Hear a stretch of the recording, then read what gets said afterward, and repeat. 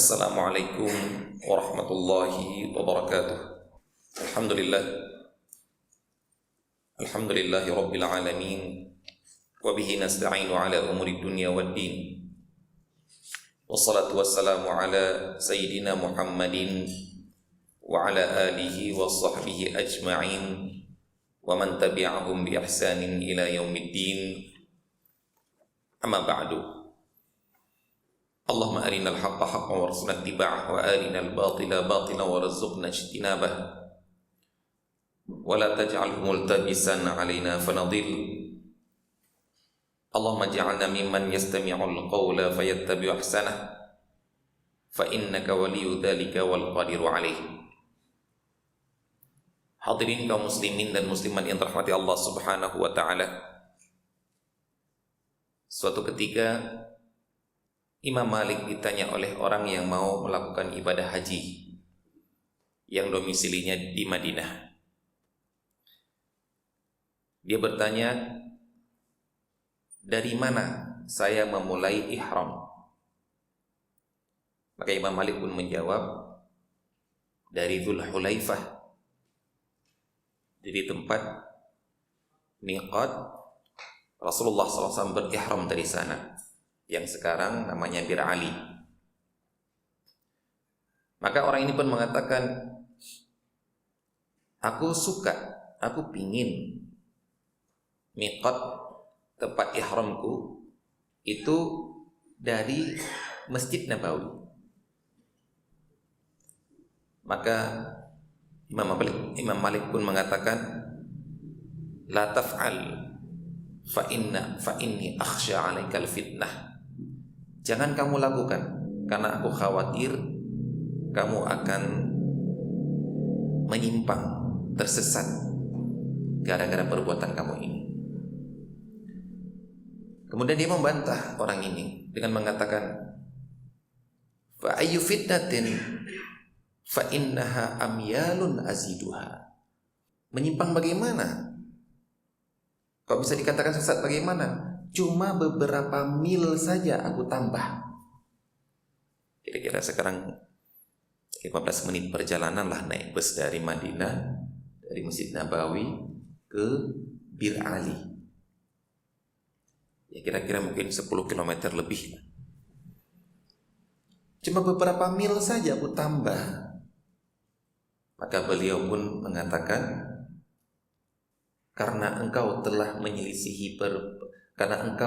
menyelisihi sunnah Rasulullah, perintah Rasulullah, syariat yang ditentukan oleh Rasulullah dalam masalah haji. Beliau mengatakan miqatnya dari Dzul Hulaifah, tapi kamu maunya di Masjid Nabawi. Walaupun semua orang meyakini lebih afdol Masjid Nabawi daripada Dzul Hulaifah. Untuk salat lebih afdol Masjid Nabawi daripada Dzul Hulaifah. Tapi Rasulullah, walaupun demikian, beliau keluar dari Masjid Nabawi, dari rumah beliau yang berada di pinggir Masjid Nabawi, tetap miqatnya di Dzul Hulaifah. Maka aku khawatir kalau kamu menyelisih pendapat syariat ini, kamu akan sesat. Sebagaimana firman Allah Subhanahu wa taala, "Falyahdharil ladzina yukhalifuna an amri an tusibahum fitnah aw yusibahum adzabun." Hendaklah takut orang-orang yang menyelisihi perintah Allah Subhanahu wa taala, takut untuk terkena fitnah, sesat, menyimpang, dan hendaklah mereka takut akan mendapatkan azab yang pedih. Jadi di sini bukan masalah berapa mil jauhnya, berapa sentimeter perbedaannya, berapa kilogram, berapa gram perbedaannya, cuma bentuknya gak jauh beda, cuma gini, cuma gitu, dan lain sebagainya. Bukan itu.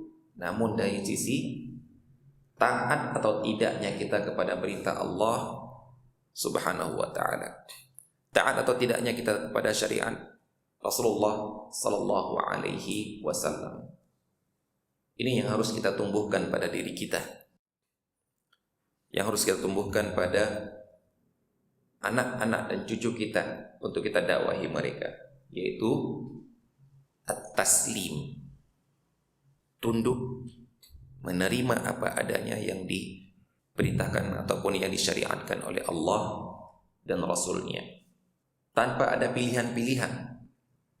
Sebagaimana firman Allah Subhanahu wa taala, "Wa ma kana lil mu'minin wala mu'minatin idza qadallahu wa rasuluhu amran an yakuna lahumul khiyaratu min amrihim."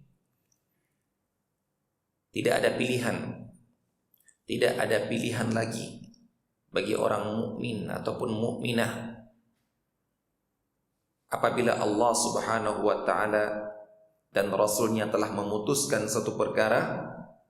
Mereka tidak ada pilihan lagi untuk memilih antara perintah ini dengan keinginan mereka. Sudah, terima apa adanya.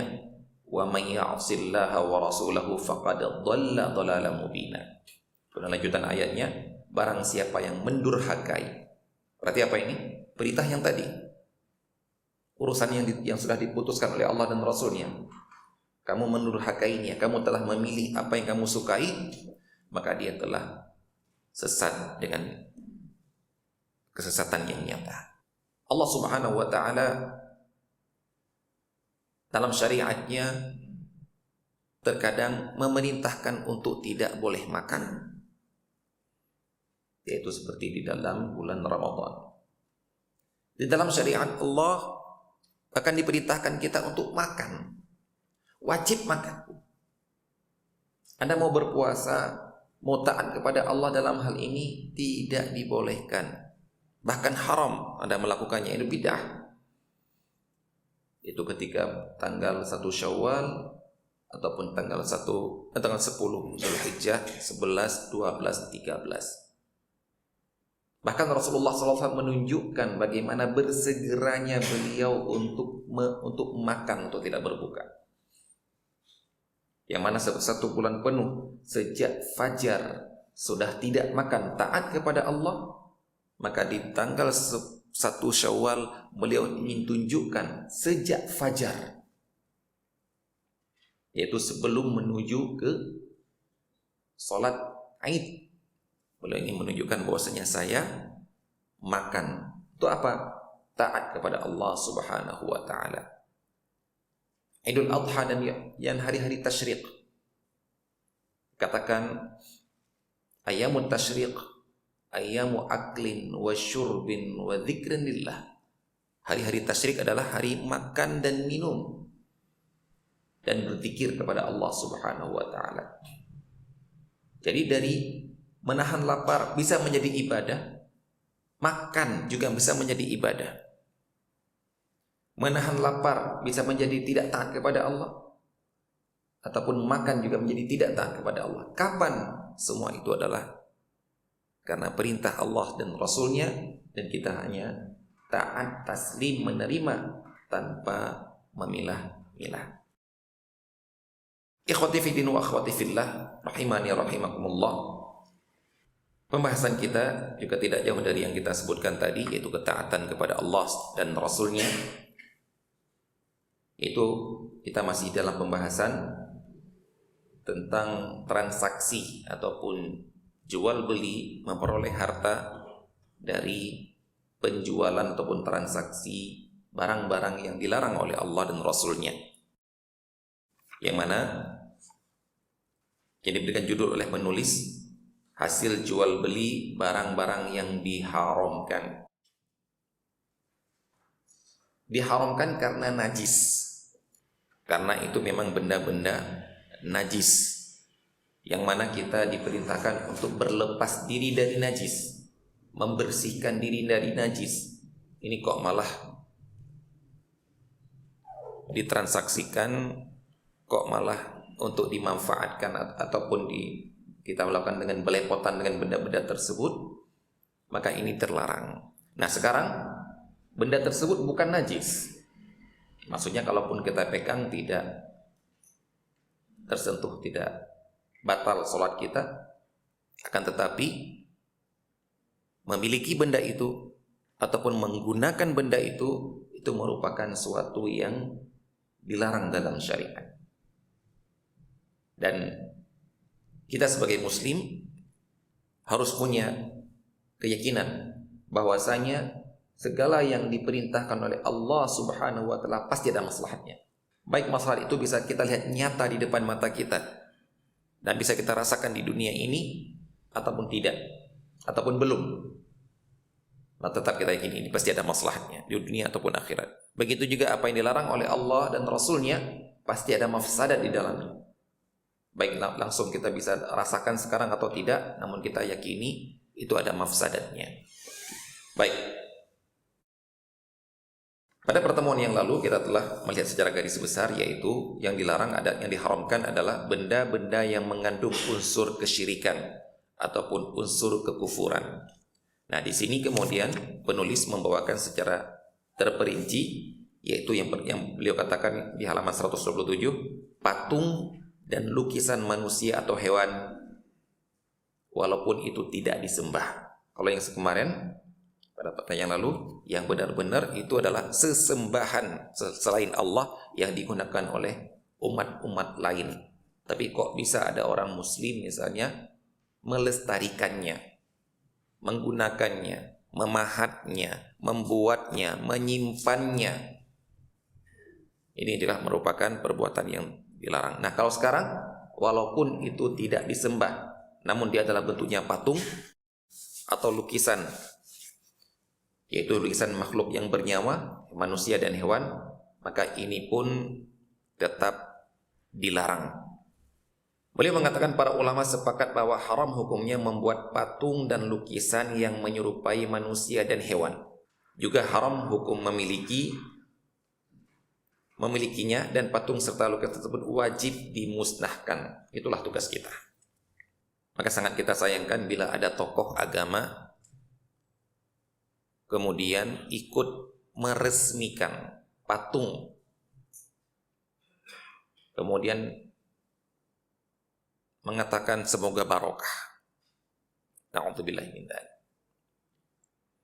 Walaupun mungkin alasan mereka benar, alasan mereka adalah ini kan bukan patung yang disembah. Ini bukan, gak mungkinlah umat kita, umat Islam sekarang, umat Islam Indonesia akan menyembah patung ini, yang gak mungkin lah. Ini kan cuma untuk kenang-kenangan saja, untuk mengenang saja, dan lain sebagai alasan lain sebagainya. Benar ya, memang untuk disembah mungkin gak, tapi kita katakan itu tetap dilarang. Diperintahkan untuk dihancurkan, ini malah diresmikan dan dianggap ataupun diharapkan membawakan barakah. Na'udzubillah min dzalik. Di sini beliau membawakan dalil-dalil tentang patung. Walaupun dalil yang beliau bawakan di sini adalah dalil tentang patung yang dijadikan sesembahan. Itu sebagaimana perkataan Nabi Ibrahim alaihissalam kepada kaumnya tentang patung-patung yang mereka sembah, dan bentuk penyembahan mereka adalah antum laha akifun. Mereka bersimpuh. Kalau kita katakan seperti beriktikaf, itu adalah namanya duduk, ataupun kita menetap di masjid untuk beribadah kepada Allah Subhanahu wa taala. Nah, mereka bersimpuh di depan patung-patung, itu adalah bentuk ibadah mereka. Wa idh qala li abihi wa qaumihi ma hadhihi at-tamathilul lati antum laha akifun. Ingatlah ketika Ibrahim berkata kepada bapaknya dan kaumnya, patung apa ini yang kalian tekun beribadah kepadanya? Qalu wajadna aba'ana laha abidin. Mereka menjawab, kami mendapati bapak-bapak kami menyembahnya. Dari sini ikhwas sekalian, ini yang dinamakan dengan taklid buta terhadap perbuatan leluhur. Ketika pernah juga Nabi Ibrahim bertanya kepada mereka, kepada kaumnya, hal yasma'unakum idh tad'un aw yanfa'unakum aw yadurrun. Kalian kalau meminta, menyeru kepada patung-patung ini, mereka mendengar enggak? Patung ini bisa memberikan manfaat dan mudarat enggak? Secara logika mereka akan menjawab tidak. Secara akal sehat mereka menjawab seperti ini. Tapi kalau mereka menjawab seperti ini, berarti seakan-akan perbuatan kalian tidak sesuai akal sehat. Udah tahu seperti itu kok masih minta. Kan malu. Maka mereka pun menjawab dengan sesuatu yang gak boleh diutak-atik menurut mereka. Walaupun tidak sesuai dengan akal sehat, yaitu adat. Itu sudah dalil mereka sejak dulu. Nanti kalau ada sekarang orang-orang berdalil dalam perbuatan kesyirikan seperti ini dengan dalil melestarikan budaya, kearifan lokal. Maksudnya apa? Gak usah dikritik lah, gak usah bilang-bilang syirik lah, gak usah cari-cari logika, hubungan-hubungan logika lah. Yang penting seperti inilah dulu kita mendapatkan orang tua kita, nenek-nenek moyang kita melakukannya, sudah ikuti saja, gak boleh diingkari. Itu sudah dalil orang musyrik sejak zaman dulu. Mereka menjawab, kaum Nabi Ibrahim, ya tapi kami mendapatkan seperti ini perbuatan orang-orang leluhur sebelum kita. Ya kita ikutin saja. Dan kalau kita runut, seperti dikisahkan dalam kisah kaumnya Nabi Nuh, yang mana awal-awal mereka membuat patung, memang bukan tujuan untuk disembah. Tujuannya untuk mengenang orang-orang soleh. Kemudian yang generasi-generasi berikutnya digoda oleh setan dengan mengatakan, patung ini dibuat oleh kakek moyang kalian, tujuannya untuk disembah. Maksudnya dijadikan perantara antara kalian dengan Allah kalau kalian ingin minta kepada Allah. Selesai sudah. Mereka melihat sudah ada patung, berarti nenek moyang kami melakukan untuk karena itu akhirnya terlestarikanlah ini. Dalil yang berikutnya adalah tentang larangan membuat patung ini. Seorang laki-laki bertanya kepada Ibnu Abbas,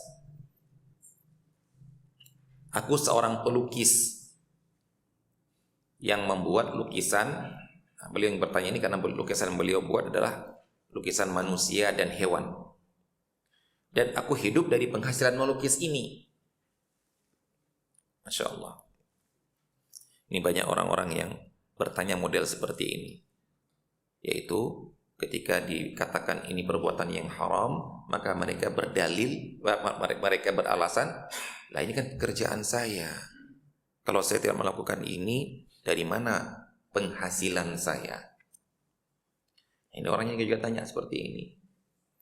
Ibnu Abbas berkata, aku akan jelaskan hadis yang aku dengar dari Nabi. Man sawwara suratan fa innallaha mu'adzibuhu hatta yanfukha fiha ar-ruha wa laysa binafiqin fiha abada. Masya Allah, ini memang jawaban yang tegas. Jangan beralasan dengan sebuah pekerjaan, sebuah penghasilan. Yang Anda pernah sampaikan di sini yaitu jangan mempersempit sesuatu yang luas.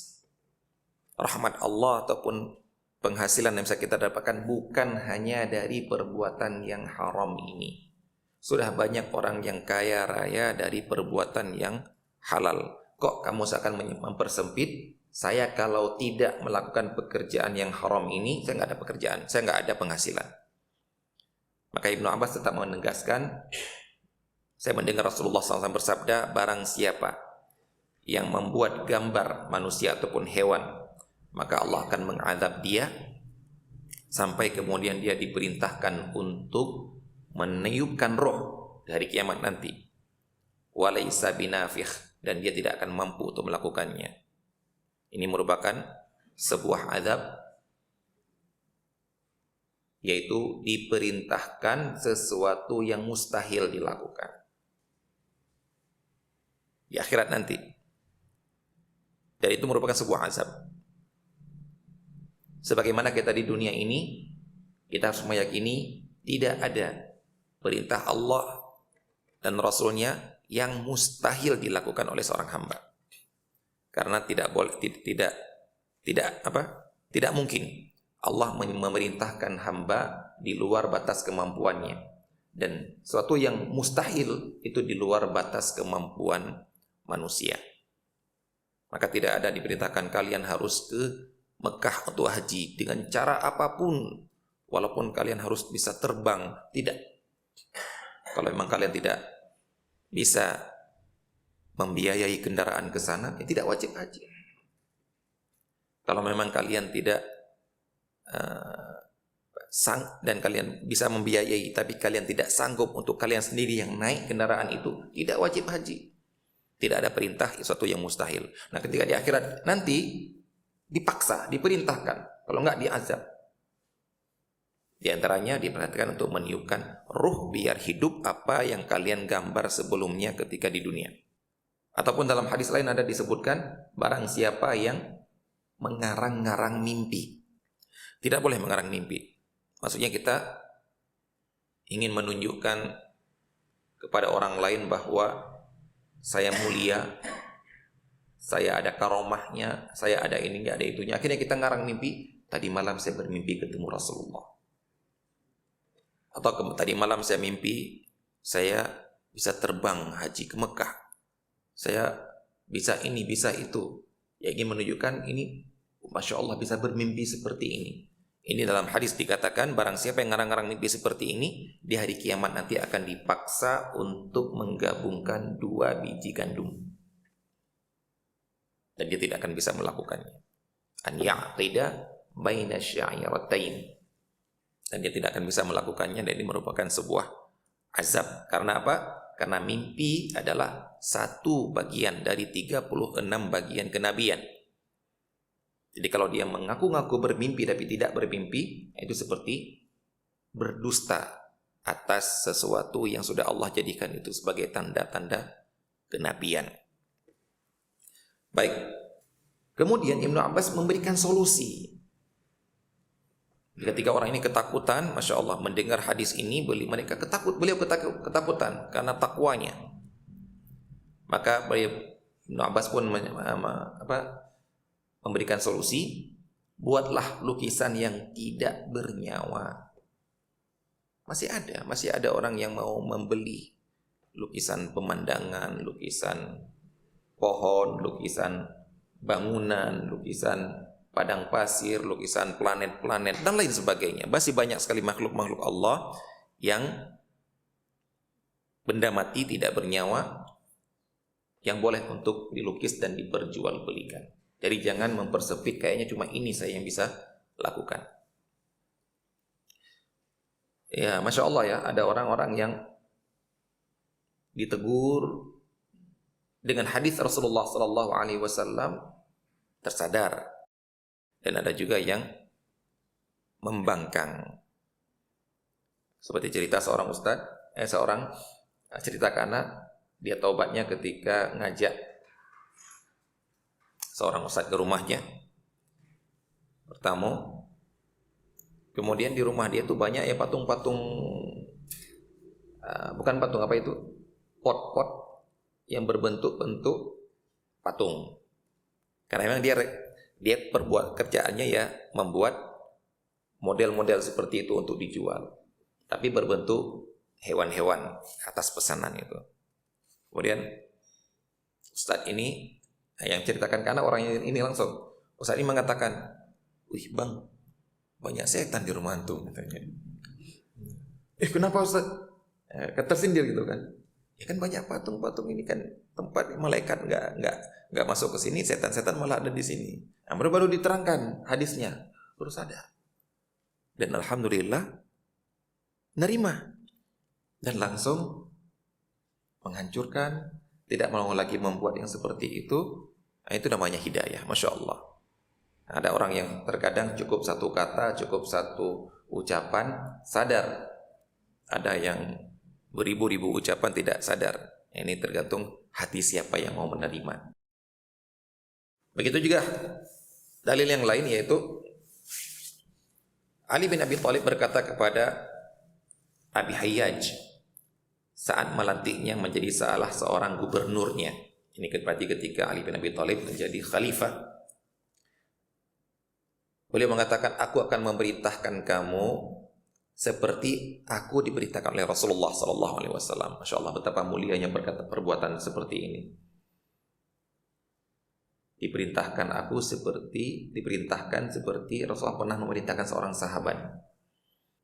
Apa itu? An la tad'a timthalan illa tamastah wala qabran musyarrafan illa sawaitah. Hapus semua gambar yang bernyawa, hancurkan semua patung-patung dan kuburan-kuburan yang dibangun, ratakan. Ingat, ini perintah Allah, ini perintah Rasulullah sallallahu alaihi wasallam. Tapi betapa banyaknya orang sekarang menganggap ini seperti ciri khasnya Wahabi. Ini bukan perintah Allah, bukan perintah. Ini seperti perbuatan orang-orang ekstrim saja. Yaitu di antaranya yang paling fatal, yang paling sakral menurut mereka adalah menghancurkan bangunan di atas kuburan. Allah Ta'ala alam, kira-kira antum bapak-bapak dan ibu-ibu, apa kira-kira kesan pertama ketika Anda mendengar kata-kata Wahabi? Kalau saya pribadi, itu ketika masih SMA, tahun 96 atau 97. 97 lah, 98 saya tamat, 97. Saya nggak pernah dengar apa itu Wahabi, saya nggak pernah tahu Wahabi. Taunya saya NU Muhammadiyah di tempat saya, sudah. Yang lebih dekat ke sunnah saya tahunya adalah Muhammadiyah, itu aja sudah. Yang mengajak untuk berpegang teguh kepada sunnah Rasulullah. Itu aja. Tiba-tiba ada teman saya bilang, "Sir, kamu tahu kelompok yang ini, yang ada di sana, di sebuah desa di sana?" Enggak. Itu ada ustadz. Itu orang Wahabi. Wahabi itu apa? Enggak seperti zaman sekarang, zaman informasi teknologi, Masya Allah bisa kita dapatkan sekarang. Wahabi langsung kita lihat di internet ya. Wahabi itu apa? Yang pertama yang disampaikan kepada anak adalah itu orang-orang yang penghancur kuburan Rasulullah. Penghancur kuburan sahabat. Bukan kuburan Rasulullah. Penghancur kuburan sahabat. Itu tahun berapa? Itu tahun 97 pernah dengar itu. Bayangkan seorang yang mengagungkan para sahabat, mereka adalah pembela Rasulullah sallallahu alaihi wasallam. Kita sudah tahu bagaimana walaupun yang kita tahu yang paling dekat Abu Bakar, Umar, Utsman, Ali, dan kita tahu ada sahabat-sahabat yang lain yang berjuang bersama Rasulullah mau berperang dengan orang-orang musyrik. Tiba-tiba dibilang kuburan mereka dihancurkan oleh orang Wahabi. Ya, bencinya bukan main kita. Benar atau tidak ini? Kemudian tahun-tahun ketika saya sudah di Jember, berarti kira-kira tahun-tahun 2014, 2015.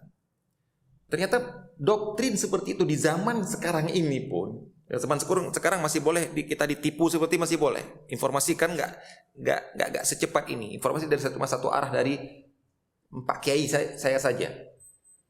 Ternyata masih ada. Ketika ada undangan, ada seorang ustadz diundang ke masjid Baitur Rahman di Aceh. Ustadz dari Jawa diundang ke sana. Ada seorang ustadz muda di sana protes. Kenapa sih mengundang ustadz Wahabi ini ke Aceh, ke masjid besar, Masjid Raya Banda Aceh itu, Masjid Raya Baitur Rahman Banda Aceh itu? Kenapa sih? Orang Wahabi itu kan orang-orang penghancur kuburan sahabat dan para ulama. Dan mati anak, loh kok masih ya? Anak kira orang akan terbuka dengan zaman informasi. Tapi ternyata masih ada yang ya mungkin bukan tidak mau menerima informasi, tapi zolim, sudah tahu tapi tidak mau mengakuinya. Baik, apa yang sebenarnya yang terjadi? Apakah mereka menghancurkan kuburan para sahabat? Bayangkan, yang Anda bayangkan menghancurkan kuburan sahabat apa? Digali. Itu yang bayangkan kedua. Menghancurkan kuburan sahabat itu, sahabat digali, saking bencinya sahabat, kemudian mungkin ditumpuk di satu tempat, dibakar ataupun apa, pokoknya kuburan sahabat itu jadi nggak ada kuburan lagi, habis semuanya. Itu bayangan Anda dulu itu. Ya karena Anda juga nggak pernah ke Baqi, nggak pernah melihat di perkuburan Baqi. Kita tahunya gambar-gambar yang di ruang tamu itu kan kalau bukan Masjid Nabawi ya Masjid Haram, nggak ada foto kuburan Baqi, nggak ada. Ternyata setelah kita melihat ataupun mempelajari, yang dihancurkan itu bangunan di atas kuburan. Kemudian kuburan tersebut ya dibiarkan apa adanya seperti zaman dahulu yang cuma rata seperti itu, kemudian ada nisannya, selesai. Itu yang dilakukan. Dan pertanyaannya, apakah perbuatan itu haram? Jawabannya malah perbuatan itulah yang disuruh oleh Rasulullah sallallahu alaihi wasallam. Qabran musyarrafan. Dihilangkan. Hilangkan apanya? Bukan kuburnya, tapi bangunan di atasnya. Silahkan bapak-bapak dan ibu-ibu lihat di internet sekarang. Mungkin nggak tahu kalau ditulis pakai bahasa Indonesia bisa atau tidak. Kalau pakai bahasa Arab, tulis kuburan Baqi zaman dahulu. Kalau pakai bahasa Indonesia, bahasa Arab keluar. Maka bapak akan melihat apa? Komplek masjid. Bukan kuburan bapak lihat nanti. Bapak akan melihat adalah komplek masjid.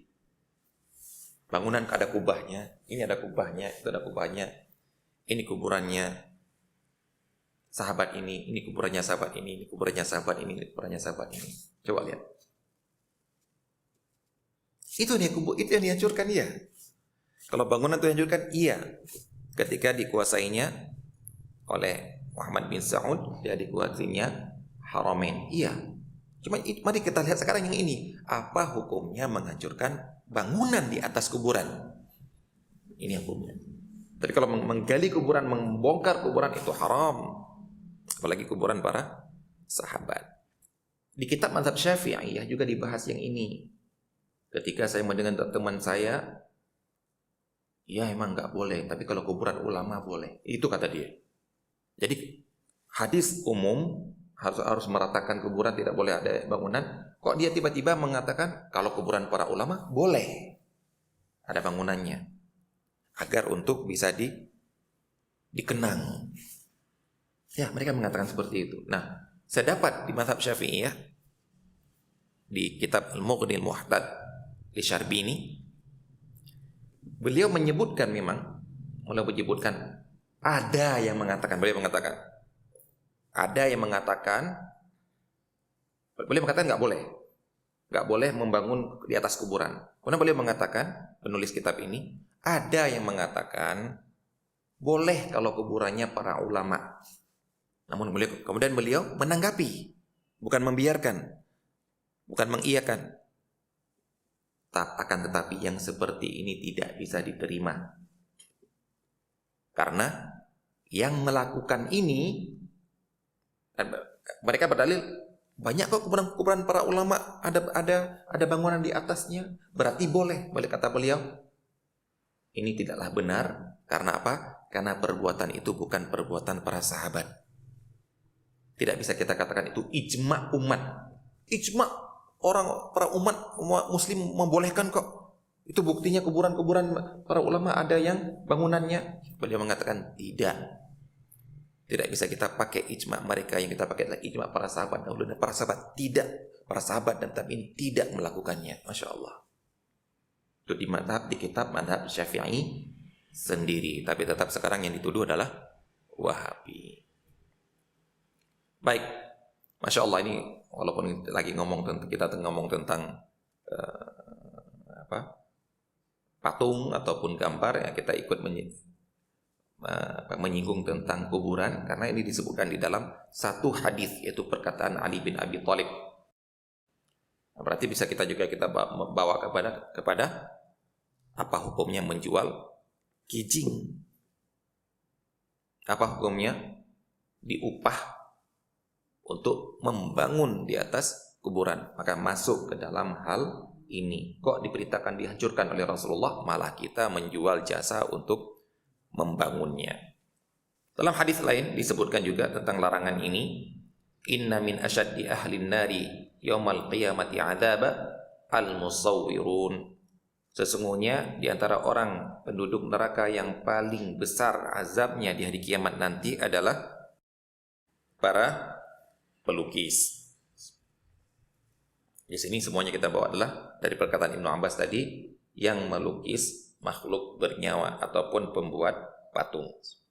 Yang tadi yang kita bacakan adalah hukum membuatnya ataupun memilikinya. Membuatnya tidak boleh, memilikinya juga tidak boleh karena disuruh untuk menghancurkan ataupun memusnahkannya. Nah, sekarang bagaimana dengan menjualnya? Rasulullah sallallahu alaihi wasallam bersabda, "Innallaha wa rasulahu harrama bai'al khamri wal maitati wal khinziri wal asnami." Sesungguhnya Allah dan Rasulnya mengharamkan jual beli minuman keras, khamr, bangkai, babi, dan juga patung. Berdasarkan hadis ini, Imam Nawawi menukil pendapat Imam Rafi'i. Ia berkata, hukum menjual berhala, patung, dan gambar yang bernyawa yang terbuat dari emas, perak, dan materi lainnya adalah tidak sah. Kemudian Imam Rafi'i mengatakan, ini merupakan mazhab Syafi'i dan seluruh para pengikutnya. Masya Allah. Jadi betapa banyak orang yang ngaku mazhab Syafi'i tapi menjadikan ini sebagai komoditi jualannya. Baik, ini secara umum. Ini secara umum yang harus kita yakini. Kalau yang umum saja kita tidak mau meyakini, ini sudah bahaya. Umum saja kita mengatakan, oh enggak apa-apa membuat, oh enggak apa-apa melukis makhluk yang bernyawa, oh enggak apa-apa, itu sudah bahaya. Karena menentang langsung perintah Allah dan Rasulnya. Yakini ini dulu. Baru kemudian mari kita lihat perincian-perincian di bawahnya. Yaitu contohnya, apakah ada pengecualian yang boleh? Bentuknya patung, bentuknya benar-benar patung, tapi boleh atau tidak? Nah, ini kemudian dibahas oleh para ulama. Tapi yang hukum asal di atas yang diotak-atik dulu. Jangan gara-gara ini yang kecil ini, akhirnya yang di atas, oh kalau itu boleh. Salah itu. Yang benar adalah ini pada asalnya tidak boleh, ini pengecualian. Nah, ini yang dinamakan dengan pengecualian dari suatu hukum global. Jangan gara-gara ada pengecualian ini, kita kayak membongkar hukum global kayak nggak ada yang haram. Yaitu hukum menjual boneka ataupun mainan anak-anak. Nah, perhatikan di sini benar-benar mainan anak-anak, bukan mainan orang dewasa. Nah, sekarang orang dewasa pun punya boneka. Jangan bilang nanti, oh ini kan boneka Ustaz. Bukan kebonekanya itu anak-anak. Jadi sebenarnya kalau kita lihat ada beberapa hukum, mana nggak mengatakan banyak ya. Ada beberapa hukum yang mana anak kecil itu ditolerir. Beda dengan orang dewasa. Contohnya seperti ketika para ulama mengatakan wajib bersuci, berwudu ketika memegang mushaf. Anak kecil diberikan keringanan karena memang dia sedang belajar hafidz Quran, selalu memegang ini, dan dia juga ya batal wudunya. Intinya ada keringanan lah, sesuatu yang orang dewasa tidak boleh melakukannya. Begitu juga dalam masalah sholat. Sudah diperintahkan anak kecil untuk sholat di umur 7 tahun. Nah, 7 tahun anak kecil sholat itu gimana? Kita lihat sendirilah, anak kecil sholat 7 tahun yang nolah-noleh, ya, masih bercanda sama temannya. Tapi apakah kemudian kita bilang, gak usah kita suruh sholat aja? Enggak, tetap suruh. Nah, para ulama juga mengatakan ini juga berlaku untuk puasa. Orang baru wajib puasa kalau balik, ya. Tapi sudah wajib, perhatikan, wajib orang tuanya. Wajib orang tuanya memerintahkan anaknya untuk berpuasa sejak umur 7 tahun. 7 tahun kira-kira kelas 2 SD. Kemudian disebutkan liman ataqahu, kalau bagi yang mampu. Maksudnya apa? Coba dulu. Udah agak lapar, kita hibur-hibur, nggak mampu lagi, sudah sengsara dia, buka, nggak apa-apa. Nanti lanjutkan lagi. Besok lebihkan lagi, kemarin jam 12, jam 1. Akhirnya semoga umur 8 tahun sudah biasa. Ya, karena kita tahu ya, namanya menahan diri dari suatu kebiasaan. Itu kan berat awalnya. Kita biasa makan, besok kita tidak makan, itu berat kan? Tapi kalau sudah kita bisa biasakan, akhirnya jadi ringan. Nah, anak kecil pun seperti itu. Maka sangat disayangkan bila ada orang tua yang tidak mempraktekkan ini kepada anaknya, tidak dilatih puasa sejak kecil, membiarkan begitu dia balik SMP, sudah balik insya Allah itu. Bagi anak-anak zaman sekarang SD kelas 4, kelas 5 sudah ada yang balik, anak laki-laki, anak perempuan juga. SMP masih ada anak-anak di sekitar kita yang puasanya masih bolong-bolong, sholatnya masih bolong-bolong. SMA masih juga ada yang bolong-bolong dan sholat dan puasa masih bolong-bolong. Salah siapakah ini? Maka wahai orang tua, siap-siap bertanggung jawab di hadapan Allah Subhanahu wa taala, karena ada perintah Allah yang Anda lalaikan, yaitu tidak melatih anak Anda sejak umur 7 tahun. Tidak melatih mereka sehingga mereka tersadar untuk sholat, terbiasa untuk sholat. Jadi nggak enak kalau meninggalkan sholat, terbiasa untuk puasa. Gara-gara Anda akhirnya membuat ketika dia SMP masih berat untuk puasa, SMA masih berat untuk puasa, maka siap-siap Anda bertanggung jawab di hadapan Allah Subhanahu wa taala. Ada sebagian orang tua, dia tidak mendidik anaknya sejak kecil. Begitu anaknya tidak taat kepada Allah ketika sudah SMA, apa yang dilakukan? Panggil Ustaz. Ustaz, tolong ke rumah saya Ustaz. Nasihatin anak saya Ustaz. Anak saya udah SMA kok nggak mau puasa. Dipanggil dia Ustaznya ke rumah, disuruh nasihatin anaknya setengah jam, mengharapkan dengan nasihat setengah jam sadar anaknya. Tapi selama 7 tahunan, dari 7 ke 15 tahun, dari 7 ke 14 tahun, selama 7 tahun, kamu tidak mendidik dia, kamu membiarkan dia bermaksiat, membiarkan dia tidak taat kepada Allah. Tapi kamu mengharapkan ustadz menasihatin dalam setengah jam, biar kemudian sadar. Andalah yang harus bertanggung jawab di hadapan Allah, bukan ustadz. Ustadz itu menganjurkan kepada orang tuanya untuk mendidik sejak kecil. Lah, orang tuanya tidak melakukannya. Maka yang seperti ini, bapak-bapak dan ibu-ibu, yang melakukan seperti ini siap-siap bertanggung jawab di hadapan Allah Subhanahu wa taala, karena Andalah yang membuat anak Anda tidak sanggup puasa. Ini mungkin cocok seperti sabda Rasulullah sallallahu alaihi wasallam, fa abawahu yuhawidani au yunassirani au yumajjisani.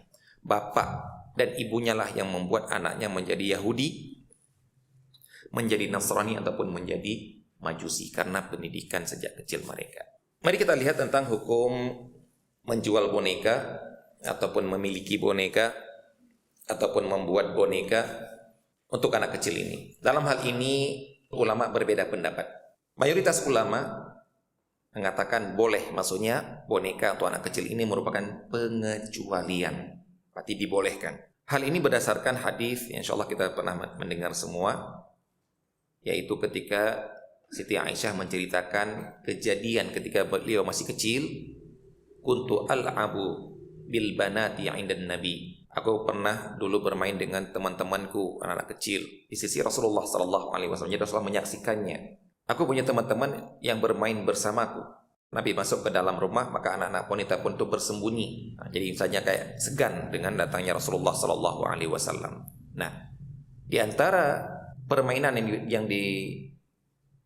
di antara bahan-bahan mainan yang dipakai oleh Siti Aisyah adalah ketika dilihat oleh Rasulullah sallallahu alaihi wasallam, "Wahai Aisyah, apa ini?" "Mainanku," katanya. Yang di antara yang dipegang oleh Rasulullah sallallahu alaihi wasallam adalah boneka perca yang berbentuk kuda. "Mainan apa ini?" tanya kepada Aisyah. "Kuda." "Loh, kok ada sayapnya?" Maka Aisyah menjawab, "Apakah engkau tidak pernah mendengar bahwa Nabi Sulaiman punya kuda yang bersayap?" Maka mendengar itu Rasulullah SAW pun tertawa. Nah, di sini inti dari hadis ini yang dikatakan oleh para ulama bolehnya adalah Siti Aisyah punya boneka. Bonekanya bentuk kuda yang ada sayapnya. Berarti ini kan makhluk hidup. Tapi kok boleh? Karena Rasulullah SAW takrir, mendiamkan, ditunjukkan dengan senyumannya. Berarti ini dibolehkan. Ini pendapat yang pertama. Pendapat yang kedua, sebagian ulama dari mazhab Hambali tetap mengharamkan boneka, baik itu mainan untuk anak-anak, dengan dalih bahwa Siti Aisyah hadis. Baik, bagaimana dengan jawaban dengan hadis yang tadi? Nah, ini yang mereka katakan soal bentuk lainnya ya. Kita ingat yang tadi Anda katakan, hadis larangan umum sudah, itu yang diutak-atik hadis larangan. Begitu ada hadis yang lain, maka ada dua metode para ulama dalam beristihad. Ada yang mengatakan ini pengkhususan. Berarti yang di atas tetap haram, ini boleh. Bagian kecil ini boleh. Pendapat yang kedua yang mengatakan ini haram secara umum. Begitu dilihat ada sesuatu yang kayaknya dibolehkan, mereka malah mengatakan, oh ini bukan pengecualian, malah ini sudah dihapus. Dihapus oleh hadis-hadis yang di atas. Jadi hadis dulu ketika Aisyah masih kecil. Ini waktu masih kecil, berarti di awal-awal hijrah. Hadis ini yang banyak, ini masih berlaku sampai Rasulullah sudah wafat pun berlaku, yaitu perkataan Ali bin Abi Thalib. Karena beliau mengatakan ketika beliau jadi khalifah harus hancurkan. Maka mereka mengatakan yang kejadian Siti Aisyah ini ternyata sudah dihapus hukumnya oleh keumuman hadis yang lain. Ini Masya Allah, ini sisi pendalilan. Yang pertama mengatakan boleh sebagai pengecualian, yang kedua mengatakan tidak boleh karena sudah terhapus dengan hadis-hadis lain yang banyak yang mengharamkan. Yang mana yang rajih? Nah, beliau mengatakan sini ada tanggapan pada pendapat kedua. Pendapat ini tidak kuat karena hadis Aisyah terjadi pada masa-masa akhir kenabian. Sedangkan hadis yang diduga sebagai nasikh tidak jelas kapan terjadinya. Jadi istilahnya itu nasikh dan mansukh itu nggak berlaku lagi hadis ini karena sudah ada hadis yang itu adalah jalan keluar terakhir. Maksudnya, selama masih bisa digabungkan antara dua hadis yang bertentangan, digabungkan, maka lakukan penggabungan. Agar apa? Agar hadis ini bisa kita amalkan, hadis ini juga bisa kita amalkan. Tapi kalau kita nasikh, kita hapus, berarti ada satu hadis yang tidak kita amalkan. Karena sudah dibatalkan oleh hadis sebelumnya. Maka ternyata dalam kasus ini memungkinkan untuk dijamak, memungkinkan untuk digabung. Kasus mainan anak-anak itu adalah kasus pengecualian. Dan begitu juga namanya nasikh dan mansukh itu harus kita tahu beda masanya. Ini ternyata terakhir, ini ternyata yang pertama, dan ini tidak bisa digabung, berarti hal ini harus membatalkan hukum yang sebelumnya. Ini Masya Allah, ini metode para ulama dalam mengeluarkan sebuah hukum. Sekarang ya kalau kita mengatakan boleh misalnya ya, pendapat yang pertama, pendapat jumhur ulama, boleh mainan anak-anak walaupun berbentuk hewan. Yang menjadi permasalahan dan yang membolehkan ini adalah permasalahannya adalah bahwa boneka mainan Aisyah terbuat dari kain perca yang tentu kemiripannya dengan manusia hakiki tidak terlalu. Yang kita tahu ya betul, dengan boneka perca kan, kepala yang bulat kayak gitu, badannya seperti ini, tangannya seperti itu. Jadi selain bermain-main boneka-boneka anak kecil, bentuknya nggak mirip plek dengan manusia. Ataupun yang kayak bentuk kuda tadi yang kita bayangkannya ya dari kain, ya cuma dibalut-balut seperti itu pun dijahit seperti itu. Berbeda dengan boneka yang diperjualbelikan pada zaman sekarang, yang dibuat sedemikian rupa sehingga benar-benar mirip manusia atau hewan. Nah, kalau yang ini bagaimana? Oleh karena itu sebagian ulama kontemporer mengharamkan boneka kecuali boneka yang terbuat dari kain perca. Nah, yang membolehkan pun akhirnya mereka memperinci. Ada yang mengatakan bolehnya kalau tidak terlalu mirip. Kalau bentuknya masih hanya bentuk-bentuk kasar. Tapi kalau sudah mirip benar-benar manusia, tidak boleh. Ada ulama yang mengatakan seperti itu. Ini yang dinamakan dengan tahqiqul manam. Yang dinamakan dengan memastikan hukum pada benda-benda yang tertentu. Kita mau memastikan hukum pada benda ini boleh atau tidak, maka kita akan menyamakan dengan boneka yang ada di zaman Siti Aisyah. Ini ada ulama yang mengatakan seperti itu. Akan tetapi ada ulama yang lain mengatakan beberapa ulama kontemporer tetap membolehkan boneka yang mirip dengan manusia hakiki, karena sebagaimana patung dan lukisan yang tingkat kemiripannya dengan manusia hakiki rendah tetap dihukumi haram, sebaliknya boneka yang tingkat kemiripannya dengan manusia hakiki tinggi tetap dibolehkan. Wallahu ta'ala alam. Dengan demikian dibolehkan membuat atau penjual membeli serta mempergunakan boneka mainan anak-anak dan hasil keuntungannya menjadi halal. Jadi di sini penulis wallahu ta'ala kayaknya lebih mengambil pendapat yang tetap boleh walaupun mirip dengan aslinya, namun selama itu mainan untuk anak kecil, maka itu tidak mengapa. Karena ada hadis pengecualian tadi. Kalau tidak mengapa berarti boleh dimiliki, boleh itu dibuat, bisa untuk diperjualbelikan. Ingat ya, mainan anak kecil bukan mainan orang dewasa. Ataupun mainan anak kecil dibeli oleh orang dewasa, nggak boleh. Sebagaimana dibeli untuk orang dewasa atau digunakan oleh orang dewasa, tidak boleh.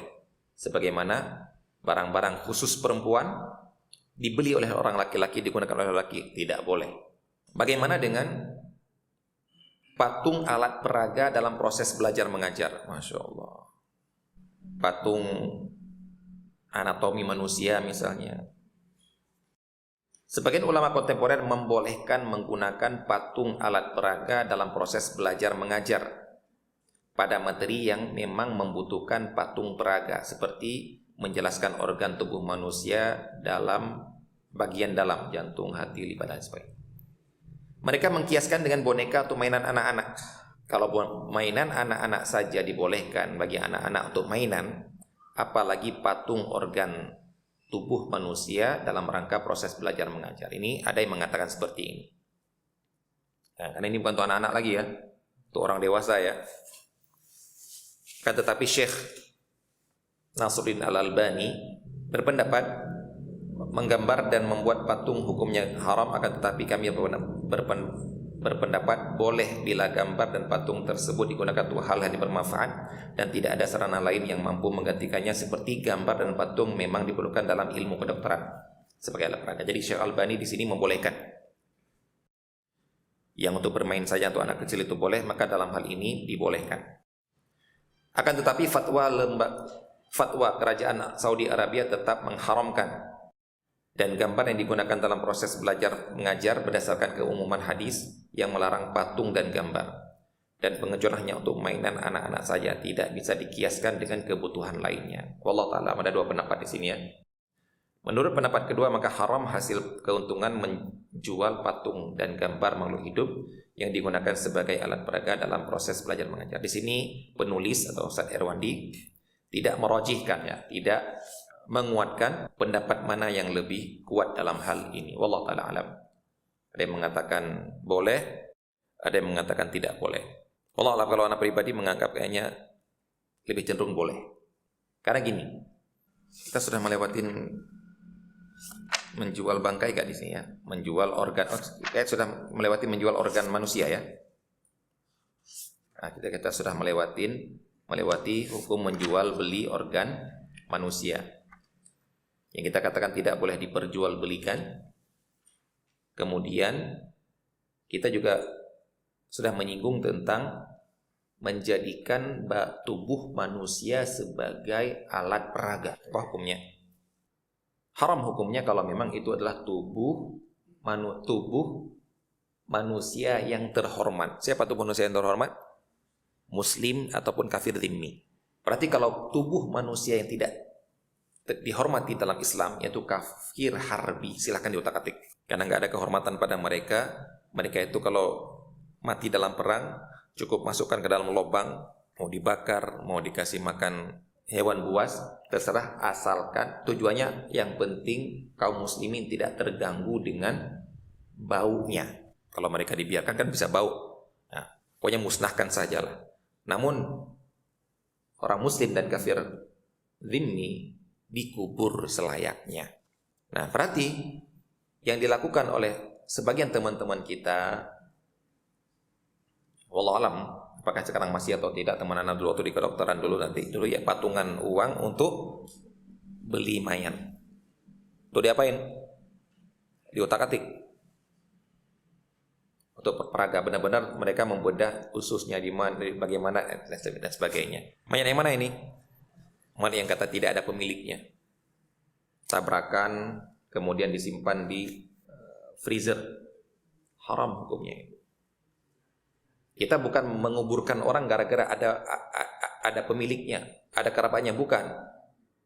Memang kita diperintahkan untuk melakukan fardu kifayah, menguburkannya. Mau ada famili atau tidak terserah. Tinggal nanti kalau datang famili, oh, berarti kuburan anak ibu yang gambarnya ini sudah kita kuburkan di sini. Bukan kita tunggu ke famili dulu baru kita nanti mandikan. Enggak. Tapi ujung-ujungnya apa? Dijual juga. Nah, mungkin ada yang bilang, tapi Ustaz itu kan dibutuhkan untuk orang belajar kedokteran. Nah, bisa kita jawab kan?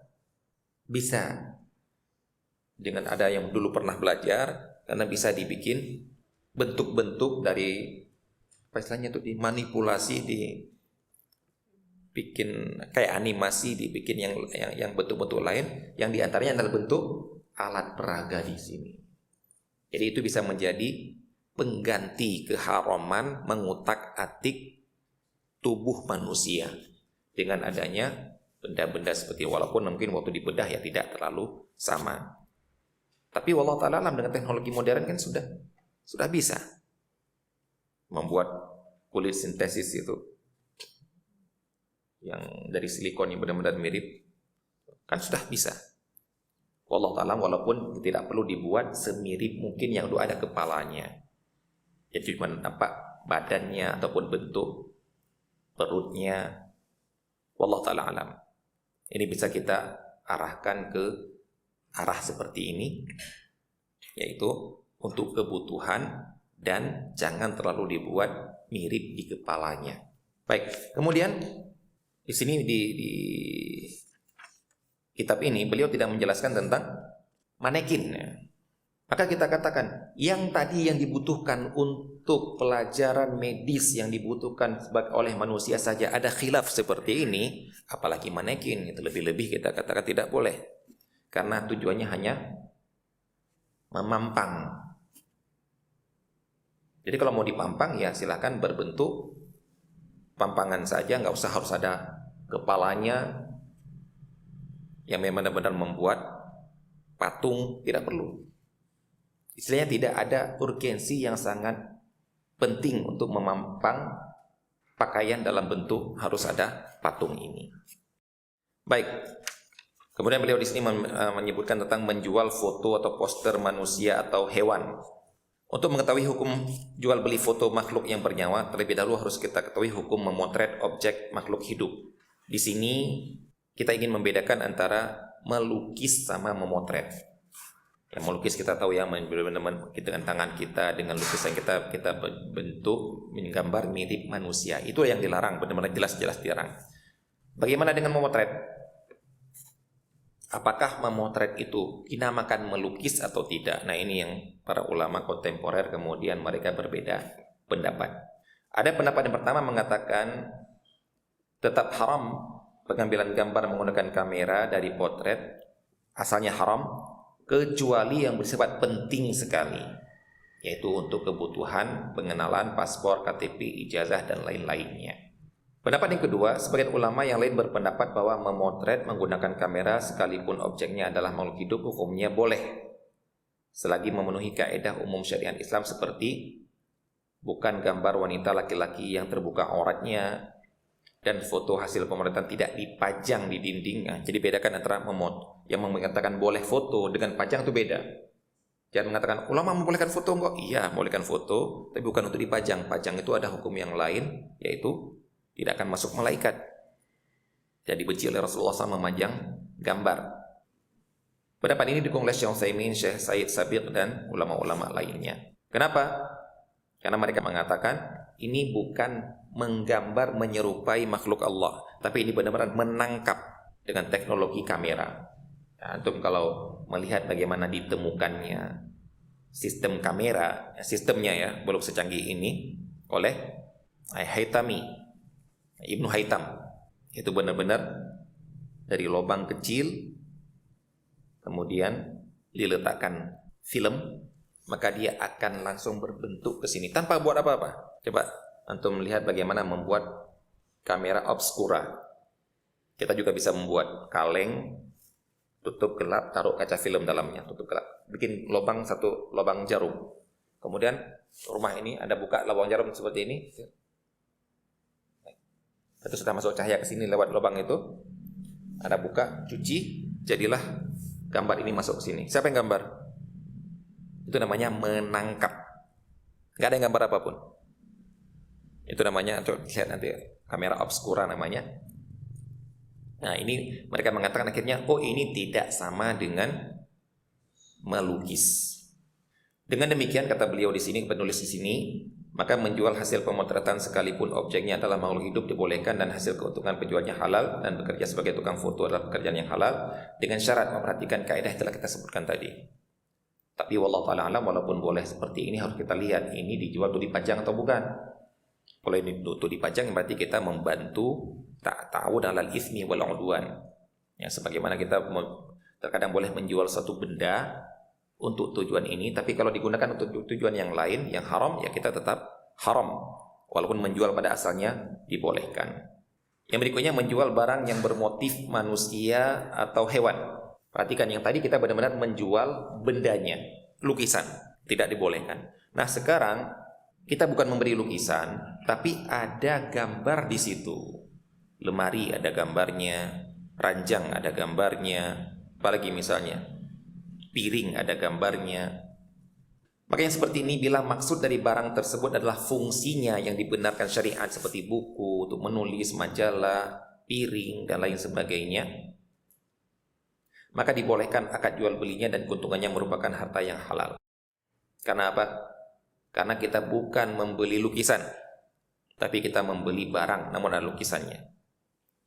Perhatikan ini ya, ini tentang membelinya, memilikinya. Beda dengan orang pembuatnya, dia sudah dosa. Barang orang pembuatnya sudah dosa. Jadi kalau Anda jangan mengatakan dibolehkan kok sama Ustaz di sini, berarti saya boleh membuat gambar ikan, gambar ayam di piring, gambar, enggak boleh. Adapun membelinya boleh karena dibeli piring bukan beli gambar.